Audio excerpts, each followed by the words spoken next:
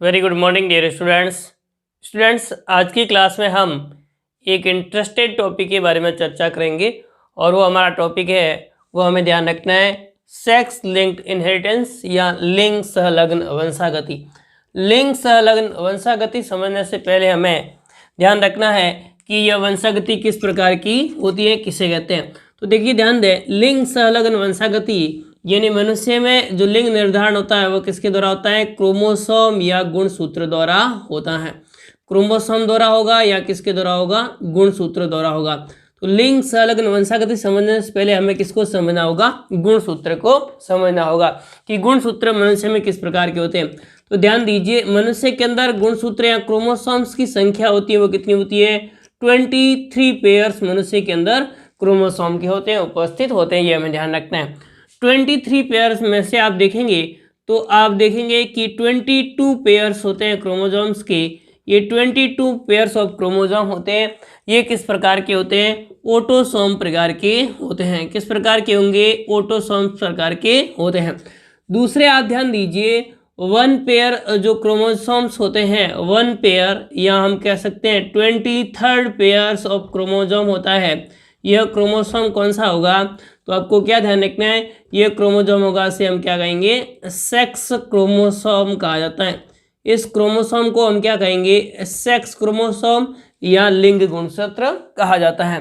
Sex chromosome या लिंग गुणसूत्र को ही हम एक अन्य नाम देते हैं, पहले भी मैंने आपको पढ़ाया है, एलोसोम कहा जाता है। तो ये इस प्रकार से मनुष्य के अंदर गुणसूत्र होते हैं, 2 प्रकार के होते हैं। अब ध्यान दीजिए, हम देख रहे हैं वो किसके बारे में देख रहे हैं, लिंग गुणसूत्र के बारे में। तो आप ध्यान दीजिए, हम डिस्कशन करते हैं कि लिंग गुणसूत्र या सेक्स क्रोमोसोम होते हैं वो मनुष्य में किस प्रकार के होते हैं। तो आप ध्यान देंगे कि मनुष्य के अंदर लिंग गुणसूत्र होते हैं। वे लिंग गुणसूत्र कितने प्रकार के होते हैं, 2 प्रकार के होते हैं। एक होता है एक्स और दूसरा कौन सा होता है, वाई होता है। ये हमें ध्यान रखना है। इसमें से जो मुख्य होता है वो कौन सा होगा, एक्स, और दूसरा कौन सा है, वाई। और वाई होता है ये स्मॉल साइज का होता है, इनकी साइज क्या होती है, स्मॉल होती है, छोटे आकार का होता है। और वाई क्रोमोसोम्स होता है, इस वाई क्रोमोसोम्स के बारे में आप ध्यान देंगे तो वाई क्रोमोसोम होता है, उसमें कुछ विशेषता आप ध्यान रख सकते हैं कि ये जो वाई क्रोमोसोम होता है ये ओनली किस में उपस्थित होता है, मेल में उपस्थित होता है। यानी ये किस में उपस्थित होता है, मेल में। और इस वाई क्रोमोसोम पर आप ध्यान देंगे तो एक जीन उपस्थित होता है, और यह जीन होगा, वह जीन क्या करेगा इसमें, तो आपको देखता है टेस्टिस का डिटरमिनेशन करेगा। यानी किसका डिटरमिनेशन करेगा, टेस्टिस का डिटरमिनेशन करता है। और ये हमें ध्यान रखना है, अर्थात ये क्या करेगा, मेलनेस के लिए रिस्पॉन्सिबल होता है। किसके लिए रिस्पॉन्सिबल होगा, मेलनेस के लिए रिस्पॉन्सिबल होता है, नर के लिए रिस्पॉन्सिबल होता है। अर्थात हमें ये समझना है कि यदि गुणसूत्र है उसमें एक भी वाई गुणसूत्र होगा, यानी एक्स है और इसमें साथ में वाई है, तो इस प्रकार की संतति होगी, वह किस प्रकार की होगी, मेल संतति होगी। ये हमें ध्यान रखना है। यदि इससे अधिक भी हो, कुछ परिस्थितियों में ऐसा देखा जाता है, रोगकारी परिस्थितियों में, उस प्रकार की परिस्थिति में भी यह जो संतति होगी वह किस प्रकार की होगी, तो आपको क्या ध्यान रखना है, मेल होगी। यानी अगर वाई गुणसूत्र एक भी उपस्थित है तो इस प्रकार की परिस्थिति में संतति क्या होगी, मेल होती है, हमें ध्यान रखना है। दूसरा क्रोमोसोम उपस्थित होता है वो कौन सा होता है, एक्स क्रोमोसोम। एक्स क्रोमोसोम्स होता है वह नर में भी उपस्थित होता है और मादा में भी उपस्थित होता है। तो ये दोनों में उपस्थित होता है, तो नर और मादा दोनों में उपस्थित होता है। इसमें ऐसा कोई जीन नहीं है जो कि लिंग निर्धारण का कार्य करता है। लिंग निर्धारण से संबंधित जीन होगा वह किस पर उपस्थित होता है, वाई पर। यदि आप ध्यान दीजिए, वाई क्रोमोसोम अनुपस्थित है, उस प्रकार की परिस्थिति के अंदर क्या बनेगी, मादा का निर्माण होगा, और वाई क्रोमोसोम उपस्थित है तो उस प्रकार की परिस्थिति के अंदर नर का फॉर्मेशन होता है। तो लिंग निर्धारण से संबंधित जो मेलनेस से संबंधित जीन्स होता है वो जीन किस गुणसूत्र पर होता है, वाई गुणसूत्र पर उपस्थित होता है। ये हमें ध्यान रखना है। आप ध्यान दीजिए कि हम मुख्य रूप से जो लिंग संलग्न वंशागति पढ़ेंगे वह लिंग गुणसूत्र, और लिंग गुणसूत्र में कौन से गुणसूत्र के बारे में हमें ध्यान रखना है, एक्स गुणसूत्र के बारे में। तो इस गुणसूत्र से संबंधित जो वंशागति होती है उस वंशागति के बारे में हम स्टडी करेंगे। एक्स क्रोमोसोम्स होता है उसमें आप ध्यान दीजिए, लिंग गुणसूत्र के अतिरिक्त आपको अन्य जीन्स भी उपस्थित होते हैं। इसमें क्या उपस्थित होते हैं, अन्य जीन्स भी उपस्थित होते हैं जो कि जो शरीर की कार्य की उसके लिए उपयोगी होते हैं। तो ये हमें ध्यान रखना है कि वाई क्रोमोसोम में तो लिंग निर्धारण से संबंधित जीन उपस्थित होते हैं, जबकि एक्स क्रोमोसोम्स होता है उसमें लिंग निर्धारण के साथ साथ कुछ अन्य जीन भी उपस्थित होते हैं। और उसमें आप देखेंगे तो मनुष्य में इसमें 20 से अधिक प्रकार के जीन्स पाए जाते हैं जो कि लिंग संलग्न जीन होते हैं। लिंग संलग्न जीन होते हैं। अब एक वर्ड और आ गया हमारे सामने, सहलग्न।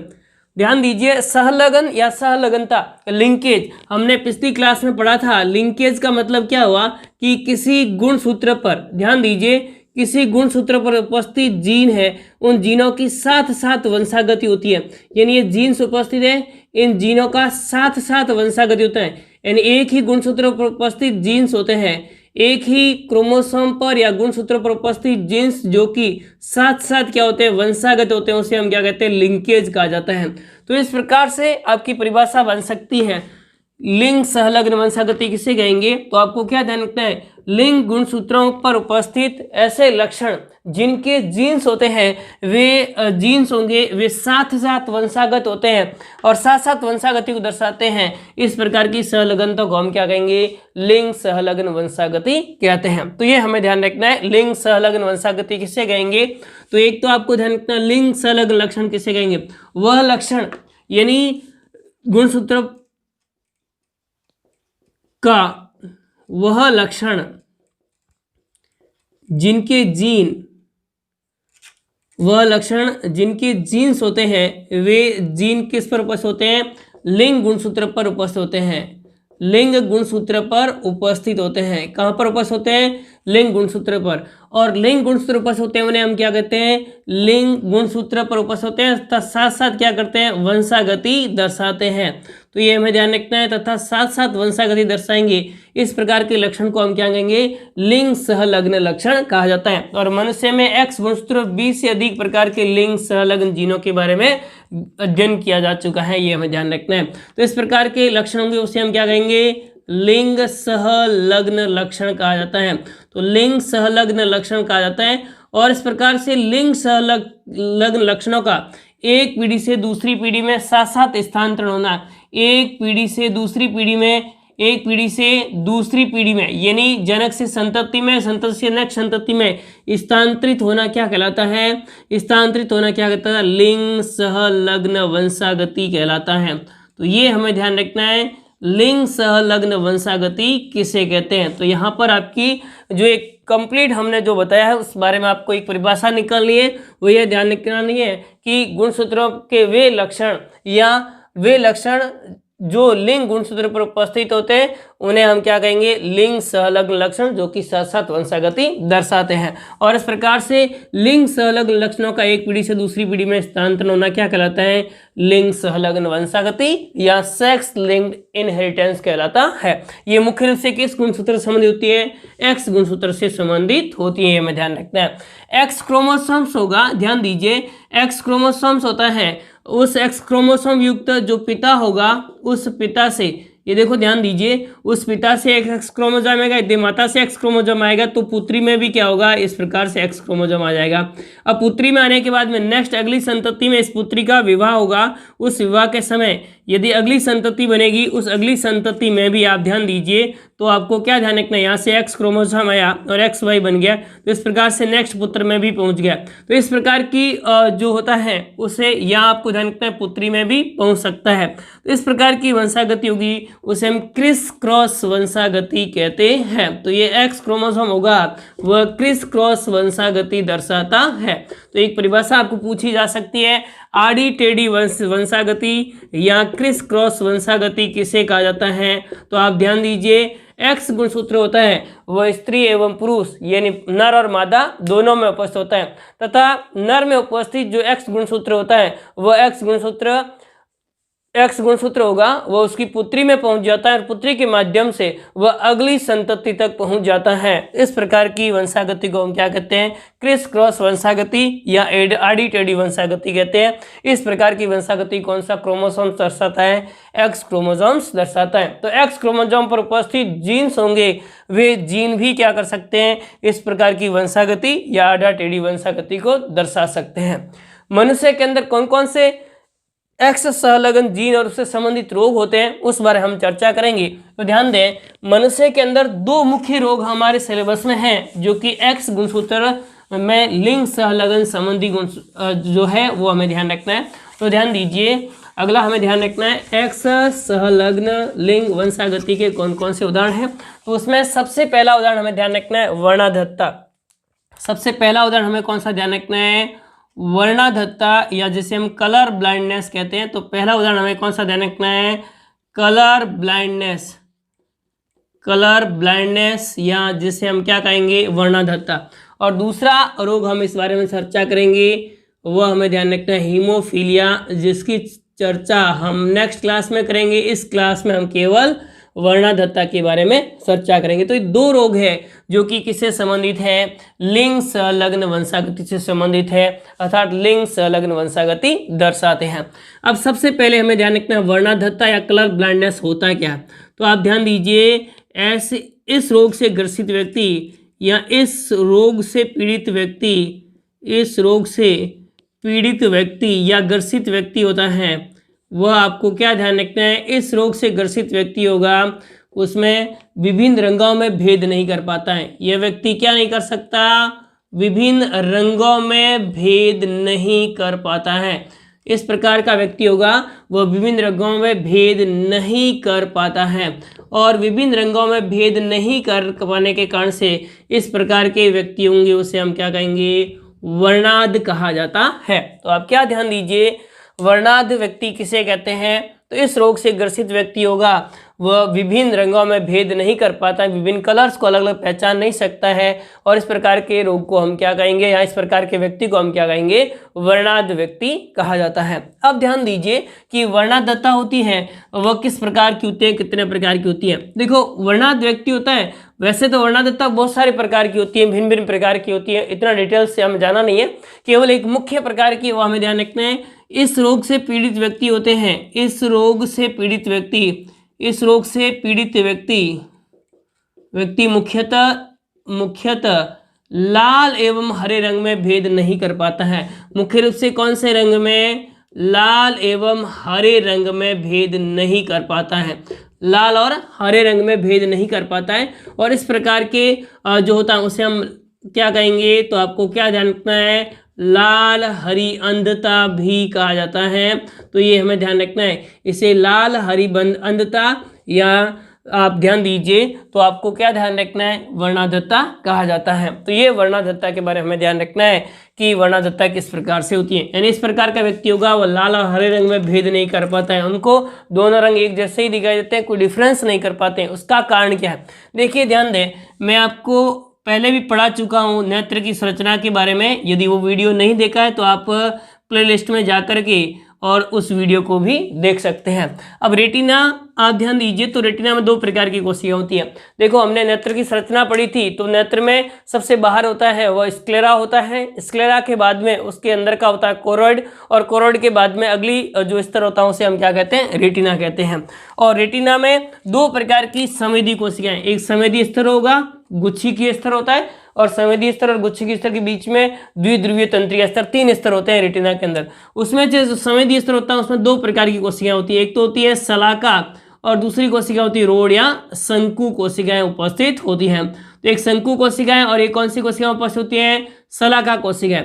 और शंकु कोशिकाएं होती हैं, उन शंकु कोशिकाओं में तीन प्रकार के शंकु उपस्थित होते हैं।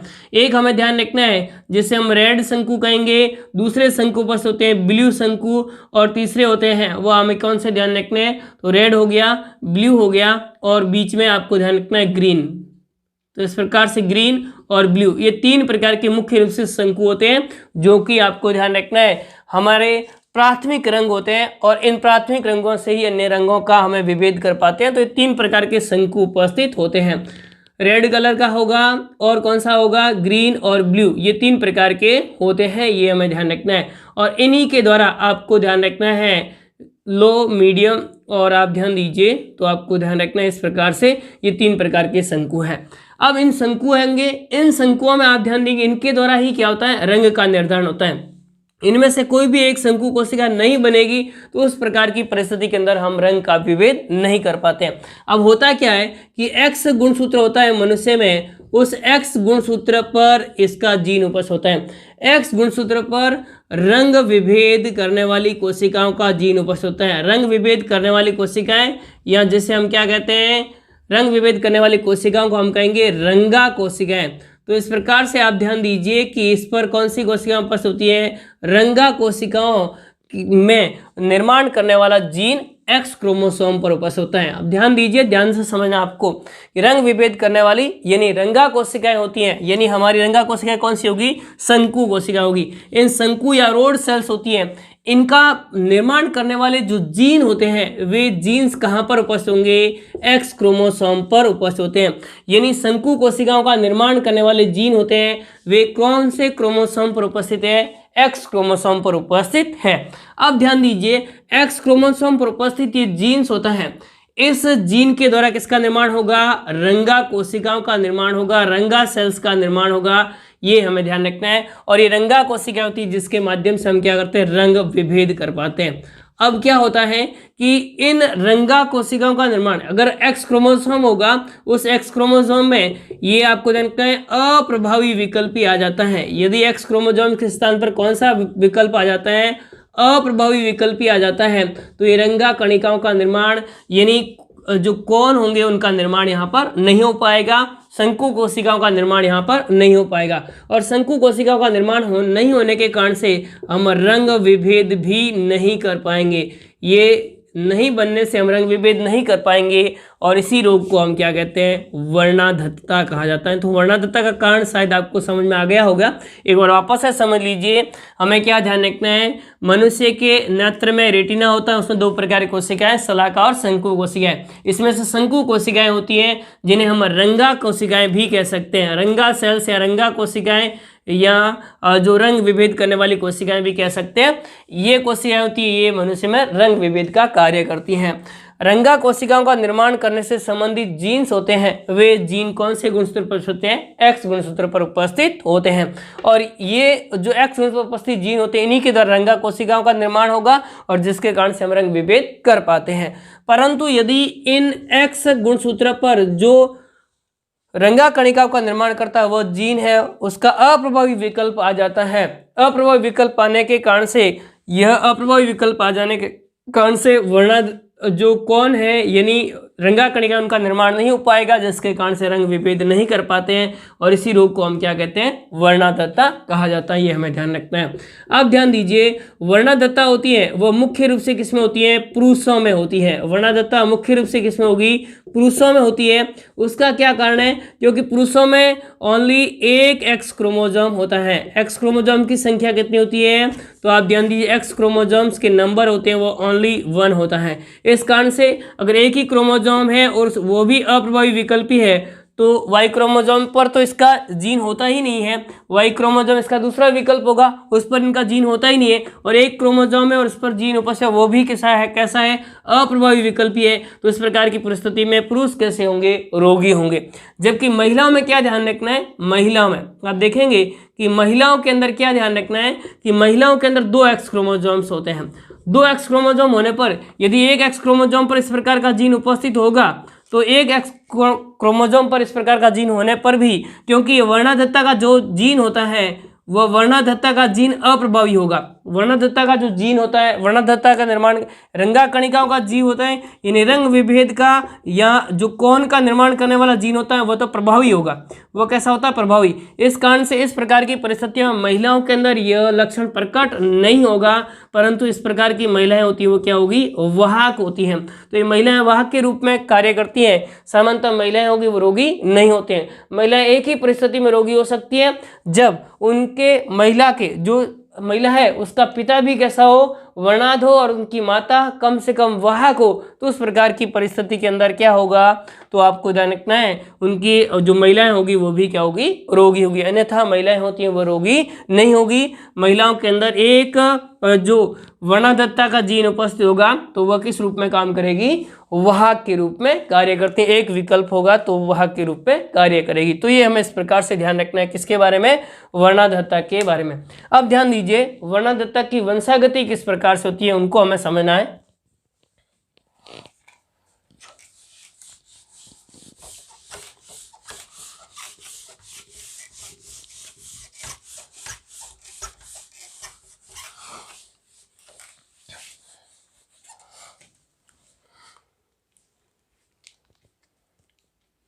ध्यान दें, वर्णाधत्ता की वंशागति के कौन कौन से पैटर्न हो सकते हैं, किस प्रकार से वंशागति हो सकती है। तो वंशागति में सबसे पहला पैटर्न हमें ध्यान रखना है कि इसमें पुरुष है वो किस प्रकार का हो।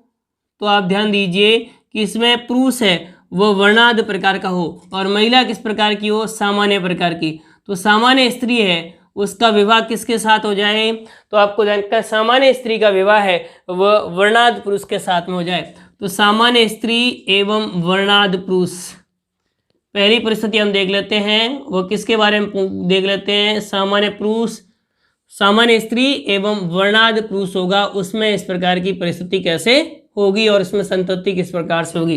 तो ध्यान दीजिए कि यहाँ पर आपको क्या ध्यान रखना है कि पुरुष किस प्रकार का है, तो आपको ध्यान रखना है वर्णाध प्रकार का है, यानी पुरुष है वो वर्णाध है, वर्णाध पुरुष होगा। और स्त्री कैसी है, सामान्य स्त्री है, ये हमें ध्यान रखना है। तो स्त्री होगी वो किस प्रकार की है, सामान्य स्त्री है। इसमें जीन्स किस प्रकार के होंगे, तो आप ध्यान दीजिए कि यहाँ पर सामान्य स्त्री है यानी इसमें दोनों एक्स क्रोमोसोम्स है वो किस प्रकार के हैं, सामान्य प्रकार के हैं। जबकि महिला है, पुरुष है वो किस प्रकार का है, वर्णाध है, यानी इनमें एक ही क्रोमोसोम है और वो भी किस प्रकार का होगा, वर्णाधत्ता से युक्त होगा। तो इस प्रकार से हमें ध्यान रखना है। अब ध्यान दीजिए ये तो क्या हो गया, जनक। अब मेंडल के नियमानुसार आगे हम बढ़ते हैं। जनक से क्या बढ़ेंगे, युग्मक, और युग्मक बनने के फलस्वरूप दो प्रकार के युग्मक बनेंगे यहाँ से, और यहाँ से भी कितने प्रकार के युग्मक बनेंगे, दो युग्मक ये बने, ये दोनों एक ही प्रकार के हैं, ये हमें ध्यान रखना है। और यहाँ पर एक युग्मक ये बन गया और एक युग्मक बना वो इस प्रकार का है।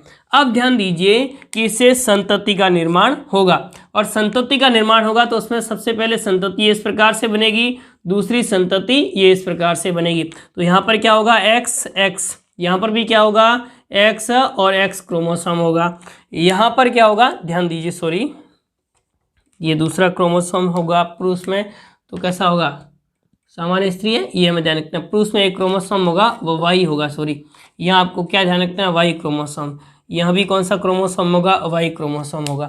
यहाँ पर एक्स क्रोमोसोम है, ये हमें ध्यान रखना है। तो यहाँ पर भी कैसा होगा, वाई क्रोमोसोम, ये हमें ध्यान रखना है। अब ध्यान दीजिए कि जो है वह ये इस प्रकार से, तो कैसी संतति हो जाएगी, एक्स सी और ये एक्स, तो ये हमें ध्यान रखना है इस प्रकार से, ये एक्स है और यहाँ पर भी ये एक्स ऐसे ले सकते हो आप। अब उसके बाद में नेक्स्ट अगली यहाँ पर संतति, और ये यहाँ पर संतति होगी, उसमें भी कैसा होगा, एक्स एवं एक्स सी होगा। तो ये हमें ध्यान रखना है। इसमें दोनों जो है वह स्त्री है, और ये स्त्री कैसी होगी, इसमें वाहक होती है, स्त्री कैसी होगी, वाहक होती है। जबकि इसमें जो पुरुष होंगे वह किस प्रकार के होंगे, सामान्य प्रकार के होंगे। यहाँ पर पुरुष किस प्रकार के होंगे, सामान्य पुरुष होगा, ये हमें ध्यान रखना है। तो यहाँ पर 50% जो स्त्रियां होती हैं वे स्त्रियां कैसी होगी, तो वाहक होती हैं। तो स्त्रियां इसमें कैसी होगी, वाहक होती हैं। जबकि इसमें पुरुष होते हैं वह किस प्रकार के होंगे, सामान्य प्रकार के होते हैं। तो ये हमें ध्यान रखना है। यहाँ पर सभी स्त्रियां होगी वह कैसी है, वाहक है, और जबकि पुरुष यहाँ पर किस प्रकार के हैं, सामान्य प्रकार के होंगे। यानी आपको सवाल बना के पूछा जा सकता है कि वर्णाध पुरुष का विवाह है वह सामान्य स्त्री के साथ में होता है, तो इसमें संतति होगी वह किस प्रकार की होगी। तो कुल संततियों का जो 50% स्त्री संतति होगी तो वे कैसी होगी, वाहक होगी। जबकि जो पुरुष होते हैं वे किस प्रकार के होंगे, सामान्य प्रकार के होते हैं। तो ये पहली परिस्थिति हमें ध्यान रखनी है।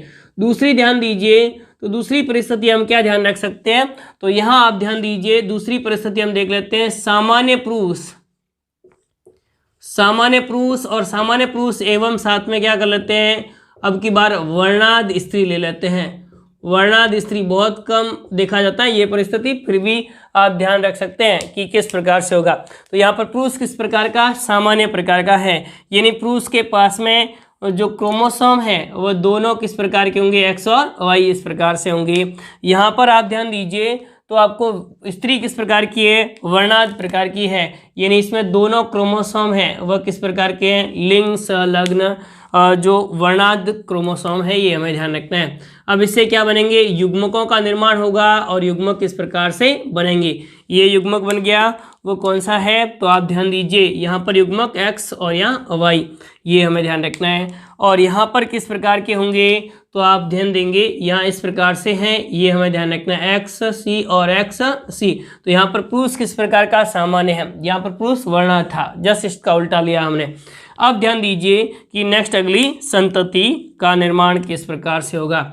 ये एक संतति ये बनेगी, दूसरी संतति ये बनेगी, तीसरी संतति कैसे बनेगी, तो ये ध्यान रखना है, चौथी संतति ये ध्यान रखनी है। तो आप इस प्रकार से ध्यान रख सकते हैं। यह ध्यान दीजिए, इसमें जो है वो एक्स क्रोमोसोम एक इसमें भी आएगा, ये हमें ध्यान रखना है। और इसमें भी एक एक्स क्रोमोसोम आएगा और इसमें भी एक एक्स क्रोमोसोम आएगा। यहाँ पर कौन सा क्रोमोसोम आ रहा है, तो आप ध्यान दीजिए, यहाँ पर इधर से एक्स क्रोमोसोम है, यहाँ से कौन सा क्रोमोसोम है उधर से, तो आप ध्यान दीजिए, यहाँ पर क्रोमोसोम है वो एक्स क्रोमोसोम है, यहाँ पर कौन सा, वाई क्रोमोसोम, और यहाँ आप ध्यान दीजिए वाई क्रोमोसोम है, और यहाँ पर कौन सा क्रोमोसोम इधर आ रहा है, ये भी वाई क्रोमोसोम है। अब ध्यान दें यहाँ पर क्या परिस्थिति बनेगी, तो आपको क्या ध्यान रखना है कि इसमें ये जो है वो दोनों कैसी है, मादा संतति, और दोनों किस प्रकार की है, वाहक है। तो इस प्रकार से दोनों संतति बनेगी, वाहक बनेगी, स्त्री बनेगी, वो सभी स्त्रियां किस प्रकार की होगी, वाहक होगी, रोगी नहीं होगी। जबकि यहाँ पर दोनों पुरुष है वो किस प्रकार के हैं, पुरुष यहाँ दोनों किस प्रकार के रोगी है। पुरुष कभी भी वाहक नहीं होता है, पुरुष कभी भी वाहक नहीं होता, क्योंकि इसमें केवल एक ही क्रोमोसोम उपस्थित होता है। इस कारण से पुरुष कैसा होगा, या तो रोगी होगा या सामान्य प्रकार का होगा, वाहक नहीं होगा। महिला यहाँ पर स्त्री कैसी होगी, स्त्री संतान होगी, वो पुत्री होगी, डॉटर्स होगी, वो सभी किस प्रकार की होगी, इसमें वाहक होती है, हमें ध्यान रखना है। तो दूसरी परिस्थिति ये आप ध्यान रख सकते हैं, जिसमें जो स्त्रियां होगी यानी जो डॉटर्स होगी वो सभी डॉटर्स किस प्रकार की होगी, वाहक प्रकार की होगी। जबकि पुरुष होंगे वो किस प्रकार के होंगे, तो रोगी प्रकार के होते हैं, ये हमें ध्यान रखना है। तीसरी और एक परिस्थिति हम ध्यान रख सकते हैं, यहाँ पर हम चेंज कर लेते हैं और उसमें हम देख लेते हैं कि वर्णाद पुरुष के साथ में, वर्णाद पुरुष होगा उनके साथ में हम लेते हैं वाहक स्त्री को, और फिर सामान्य पुरुष के साथ में वाहक स्त्री को। तो यहाँ पर पहले हम लेते हैं सामान्य पुरुष, और सामान्य पुरुष के साथ में हम क्या कर लेते हैं, वाहक स्त्री का हम संकरण करवाते हैं। चार ही परिस्थिति बन सकती है, ये हमें ध्यान रखना है। तीसरी परिस्थिति ये इस प्रकार से हमें ध्यान रखनी है। तो यहाँ पर क्या होगा, सामान्य प्रकार का पुरुष है, यानी पुरुष किस प्रकार का है, सामान्य प्रकार का, ये हमें ध्यान रखना है। और स्त्री किस प्रकार की है, वाहक है, ये हमें ध्यान रखना है। तो वाहक स्त्री हो, ये हमें ध्यान रखना है। अब इससे क्या बनेंगे, युग्मकों का निर्माण होगा। दो प्रकार के युग्मक बनेंगे, एक किस प्रकार का युग्मक बनेगा और दूसरा कौन सा युग्मक बनेगा, तो दूसरे युग्मक बनेंगे उसमें ये हमें ध्यान रखना है एक्स वाई, और यहाँ पर कौन सा युग्मक बनेगा, तो आप ध्यान दीजिए एक्स युग्मक बनेगा। अब ध्यान दें, इससे ये संतति प्राप्त होगी, ये हमें ध्यान रखना है। यहाँ पर किस प्रकार की संतति प्राप्त होगी, नेक्स्ट अगली, ये हमें ध्यान रखना है। तो एक्स क्रोमोसोम आ गया और दूसरा कौन सा क्रोमोसोम आ गया, तो ये इस प्रकार से क्रोमोसोम आ गया। यहाँ पर नेक्स्ट अगली संतति ध्यान दीजिए, तो ये इस प्रकार से प्राप्त होगी एक्स वाई, और यहाँ आप ध्यान दीजिए तो ये हमें ध्यान रखना है, इस प्रकार की संतति प्राप्त होगी। ये किस प्रकार की संतति प्राप्त होगी, तो ये हमें इस प्रकार से ध्यान रखना है, ये संतति प्राप्त होगी। यानी यहाँ पर ये कैसी स्त्री है, वाहक स्त्री है, ये कैसी स्त्री है, वाहक स्त्री है। यहाँ पर ये पुरुष कैसा होगा, तो आपको ध्यान रखना है वर्णाद होगा, रोगी पुरुष होगा, वर्णाद होगा, ये हमें ध्यान रखना है, वर्णाद पुरुष होता है। जबकि ये पुरुष किस प्रकार का है, तो ये सामान्य प्रकार का, ये हमें ध्यान रखना है, सामान्य पुरुष है, ये हमें ध्यान रखना है। और यहाँ पर महिला भी ये किस प्रकार की है, सामान्य महिला, ये हम ध्यान रखना है।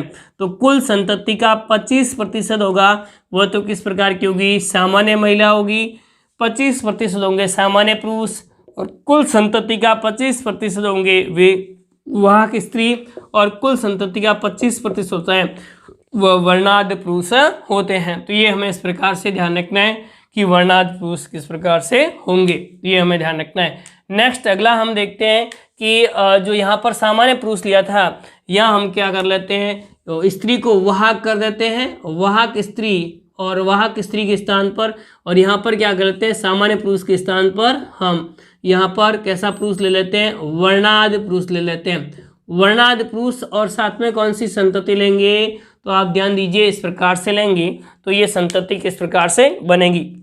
यहाँ ध्यान दीजिए हमने पुरुष किस प्रकार का लिया है, वर्णादि प्रकार का है, ये हमें ध्यान रखना है। और स्त्री किस प्रकार की है, वाहक है, ये हमें ध्यान रखना है। तो एक तो इनके पास कौन सा क्रोमोसोम होगा, तो यहाँ तो एक आपको ध्यान रखना वाई क्रोमोसोम है। और यहाँ पर कौन सा क्रोमोसोम है, तो ये हमें ध्यान रखना है। अब ध्यान दीजिए ये यहाँ पर कौन सा क्रोमोसोम है, एक्स क्रोमोसोम। एक एक्स क्रोमोसोम इस प्रकार से बनेगा और एक क्रोमोसोम ये इस प्रकार से यहाँ पर वाई बन रहा है, यहाँ पर ये एक एक्स क्रोमोसोम है, ये हमें ध्यान रखना है। और यहाँ पर एक एक्स क्रोमोसोम है। अब ध्यान दीजिए कि ये परिस्थिति, पहली परिस्थिति आपको क्या ध्यान रखनी है, यहाँ से एक्स सी आ रहा है, यहाँ से एक्स सी, उधर से भी क्या आ रहा है, एक्स सी, ये हमें ध्यान रखना है। यहाँ पर भी कोई एक्स सी नहीं आ रहा है, यहाँ पर एक्स सी फिर से आ रहा है, तो ये हमें ध्यान रखना है। अब ध्यान दीजिए यहाँ पर कौन सा क्रोमोसोम आएगा, साथ में एक्स क्रोमोसोम। यहाँ पर कौन सा क्रोमोसोम आए, हो गया कंप्लीट। यहाँ पर आपको क्या ध्यान रखना है, दोनों किस प्रकार के क्रोमोसोम होंगे, एक्स और ये वाई क्रोमोसोम है। और यहाँ पर कौन सा क्रोमोसोम आ रहा है, वाई क्रोमोसोम। तो इस प्रकार से यहाँ पर ये महिला कैसी होगी, तो महिला कैसी होगी, तो वर्णाद स्त्री होगी। ये स्त्री कैसी होगी, वर्णाद स्त्री होगी। यहाँ पर ये स्त्री किस प्रकार की होगी, सामान्य होगी, परंतु कैसी होगी, वाहक होगी, ये हमें ध्यान रखना है। वाहक स्त्री होती है, ये हमें ध्यान रखना है। और यहाँ पर कैसा होगा, सामान्य पुरुष होता है, ये हमें ध्यान रखना है। जबकि यहाँ पर कैसा पुरुष होगा, वर्णाद पुरुष होता है। तो ये इस प्रकार के वंशागति दर्शाते हैं।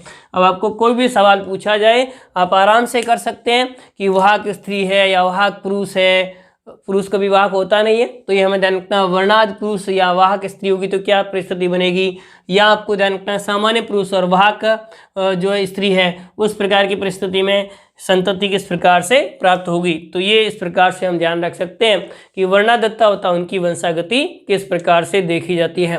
तो वर्णादत्ता की वंशागति है वो हमें कंप्लीटली ध्यान रखनी है। और साथ में आपको वर्णादत्ता के सारे नोट्स भी मैं प्रोवाइड करवा दूंगा,